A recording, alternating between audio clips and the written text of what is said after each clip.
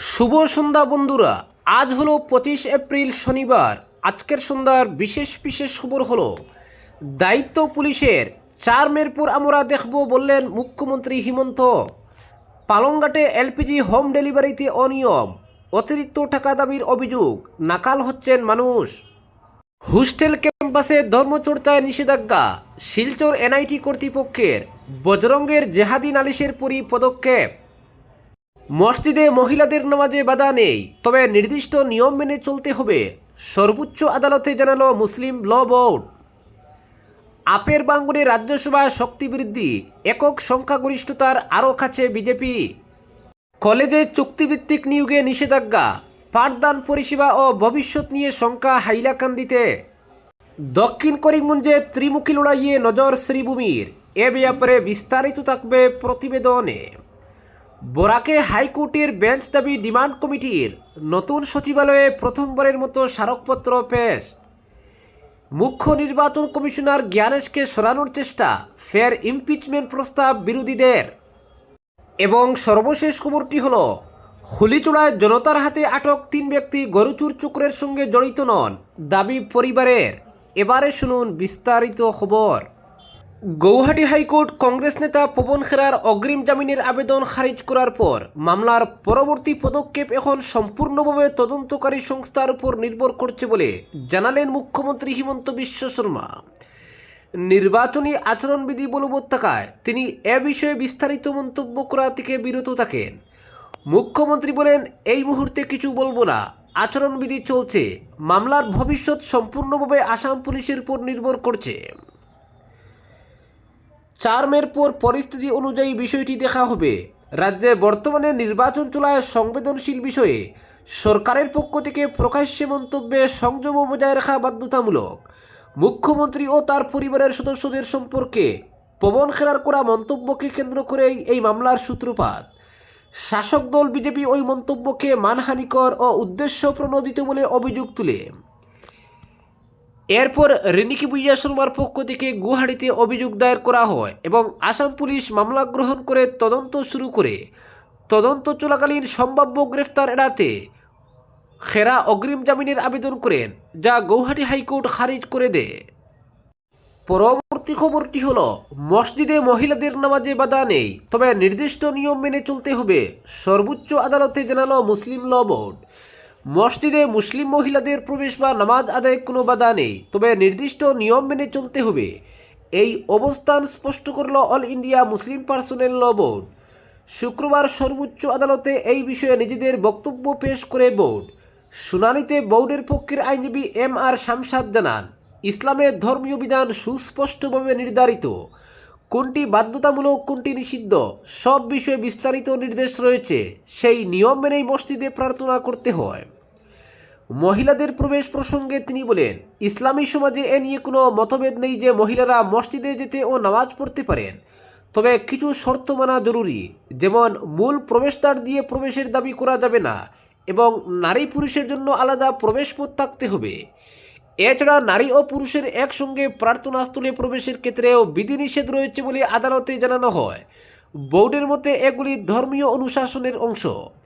উল্লেখ্য, মসজিদে মহিলাদের অবাধ প্রবেশ ও নামাজের অনুমতি চেয়ে দায়ের হওয়া একটি রিট আবেদনের প্রেক্ষিতেই এই বিষয়টি আদালতে ওঠে। শুনানির সময় প্রধান বিচারপতি সূর্যকান্ত জানতে চান, মহিলাদের প্রবেশে কোনো বাধা আছে কিনা। জবাবে বোর্ড জানায়, প্রবেশে বাধা নেই, তবে নিয়ম মেনে চলতে হবে। একই সঙ্গে জানানো হয়, মহিলাদের জন্য নামাজ আদায় বাধ্যতামূলক নয়, বরং তা ঐচ্ছিক। পরবর্তী খবরটি হল আপের বাঙ্গনে রাজ্যসভায় শক্তি বৃদ্ধি, একক সংখ্যাগরিষ্ঠতার আরও কাছে বিজেপি। জাতীয় রাজনীতিতে বড় পরিবর্তনের ইঙ্গিত। আম আদমি পার্টির 7 সাংসদ একযুগে বিজেপিতে যোগ দেওয়ায় রাজ্যসভায় গেরুয়া শিবিরের শক্তি উল্লেখযোগ্যভাবে বৃদ্ধি পেল। অরবিন্দ কেজরিওয়ালের দল ছেড়ে রাঘব চাড্ডা, সাথী মালিওয়াল, হরভজন সিং, অশোক মিত্তল, সন্দীপ পাঠক, রাজেন্দ্র গুপ্তা ও বিক্রম সাহানি বিজেপিতে নাম লেখান শুক্রবার। এর ফলে রাজ্যসভায় বিজেপির আসন সংখ্যা বেড়ে দাঁড়িয়েছে 113-তে, আগে এই সংখ্যা ছিল 106।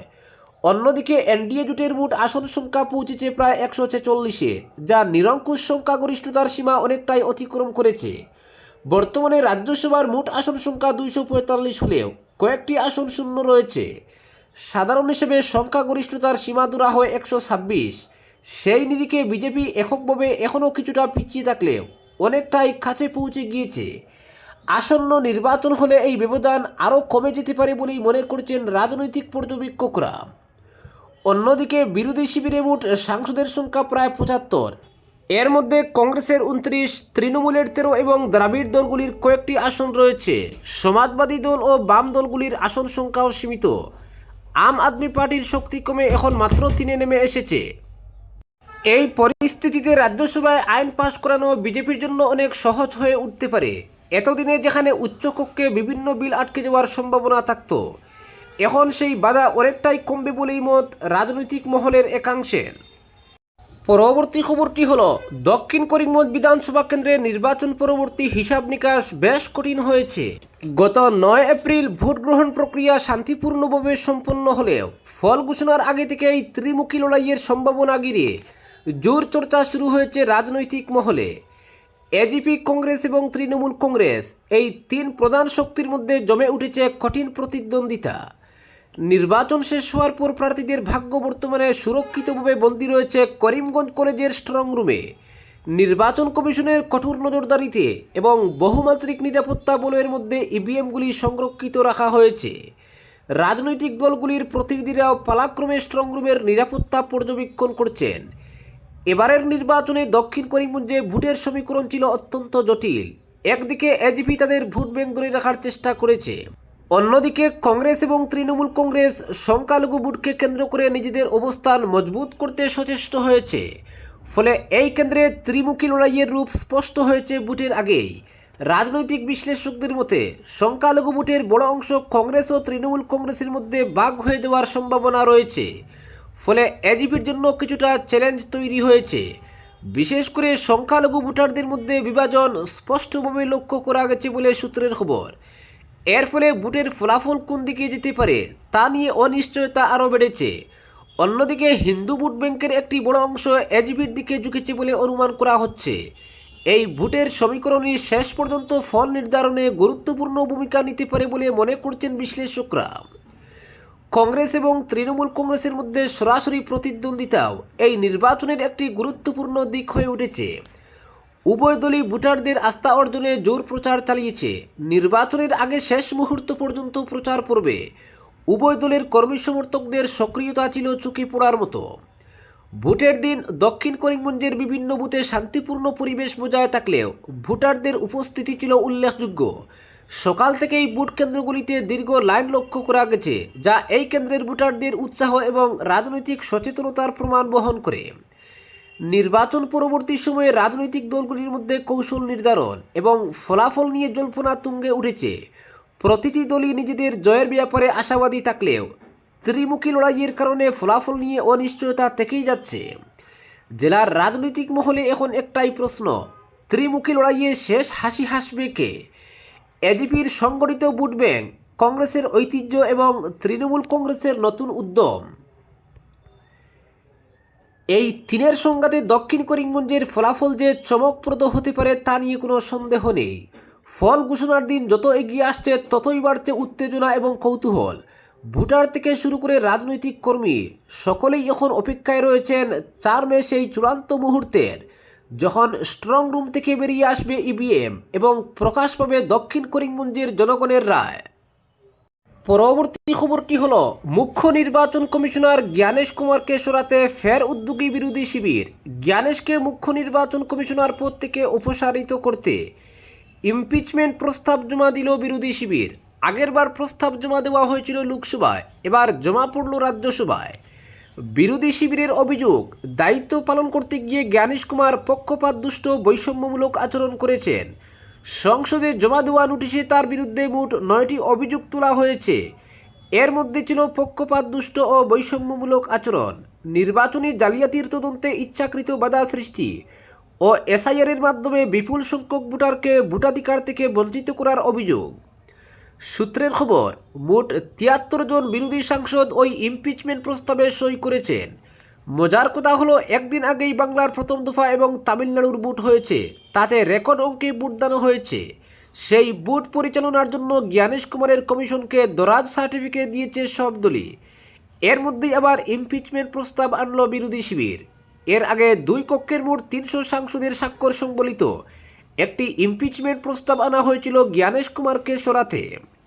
নিয়ম অনুযায়ী ওই প্রস্তাব সংসদের দুই কক্ষে জমা দেয় বিরোধীরা। নোটিশে প্রয়োজনীয় সংখ্যার চেয়ে অনেক বেশি সাংসদের সই ছিল, কিন্তু কোনো এক অজ্ঞাত কারণে সেই নোটিশ খারিজ করে দেন লোকসভার স্পিকার ওম বিড়লা। তাতেই ক্ষুব্ধ বিরোধী শিবির পাল্টা ইমপিচমেন্ট প্রস্তাব আনার সিদ্ধান্ত নিয়েছে বলে খবর।